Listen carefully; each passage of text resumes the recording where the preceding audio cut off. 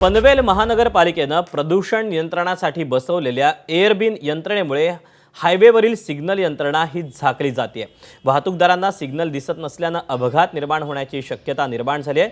हवा प्रदूषणावर नियंत्रण मिळवण्यासाठी महानगरपालिकेनं एअरबिन ही आधुनिक हवा शुद्धीकरण यंत्रणा बसवली खरी। महानगरपालिकेनं शहरातील एकूण 10 ठिकाणी ही यंत्रणा बसवण्याचा निर्णय घेतला असला तरी एकूण प्रकल्पाची किंमत ही 9,42,00,000च्या घरात आहे। मात्र प्रत्यक्ष अंमलबजावणीत नियोजनाचा अभाव स्पष्टपणे दिसून येतोय। यातील काही हवा शुद्धीकरण यंत्रणा बंद असल्याचं देखील दिसून आलंय।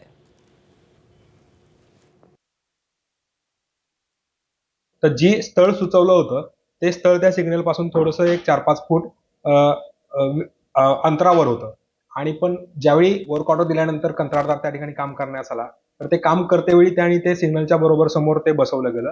तर ते अनावधानाने झालेली बाब आहे आणि हे जसं आत्ता महापालिकेच्या निदर्शनास आलेलं आहे तसं आम्ही ते त्वरित इतरत्र स्थानांतरित करण्याची आम्ही कारवाई करत आहोत आणि यासाठी कोणताही खर्च महानगरपालिकेच्या तिजोरीत होणार नाही याची आम्ही दक्षता घेत आहोत। हवेची गुणवत्ता तपासणीसाठी यंत्रणा बसवलेली आहेत आणि ती कुठे कुठे बसवली ती माहिती घेतली। तर माहिती घेतल्या मलाही माहिती मिळाली तर तुम्ही पाहा तिथेशी तर नॅशनल हायवेच्या आणि सिडकोचा जो सर्कल आहे रोडपालीच्या कासाडी नदीच्या तिथेशी तो हवेचा गुण बसवलेला आहे। कधी दुर्घटना घडल्यावर त्याचा परिणाम किती मोठा होणार आहे आणि त्याची एकाची किंमत जर पाहिली तर 94 ते 95 लाख रुपये एकाची किंमत आहे।